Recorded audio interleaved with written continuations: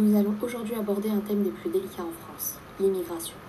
Nous étudierons le cas d'un migrant, ou plus précisément d'un réfugié politique mineur. Exactement.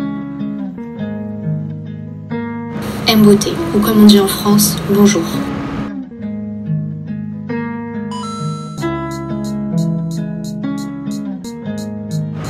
Je m'appelle Joël, j'ai 16 ans et suis née au Congo,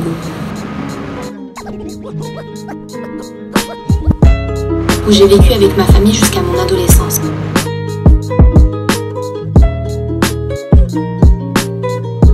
La guerre est arrivée peu de temps après et des assaillants ont tué tout mon village.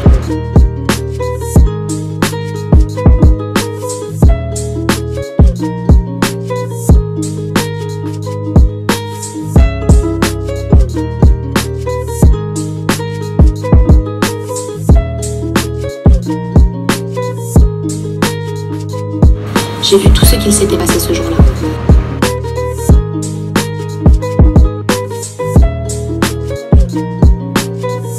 Et j'ai dû fuir mon pays pour ma sécurité. Le seul choix qui se présentait à moi était d'aller en France. Pour fuir mon pays, je me suis mise en danger et j'ai traversé de nombreux pays. Je suis d'abord passée par le Centrafrique, puis le Tchad. J'ai ensuite traversé le Nigeria, le Niger, et puis l'Algérie afin d'arriver au Maroc, où j'ai pris le bateau clandestinement pour arriver en Espagne. On a navigué pendant 1 jour et 2 nuits, à 20 dans une barque. On était vraiment très serrés avec les autres migrants, mais c'était pas grave, on s'en fichait. Tout ce qu'on voulait, nous, c'était s'en sortir.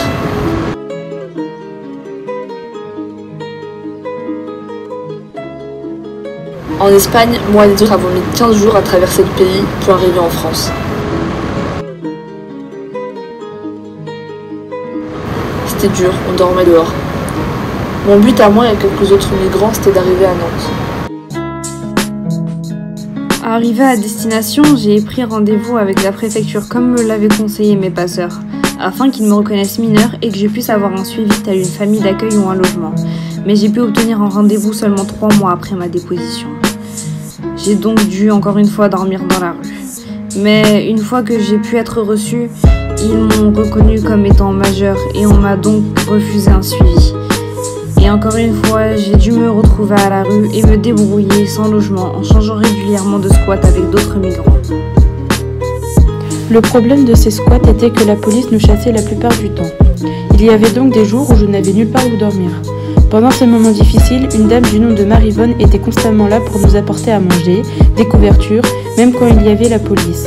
Je suis restée encore quelques temps dans la rue et je voyais mes amis partir les uns après les autres.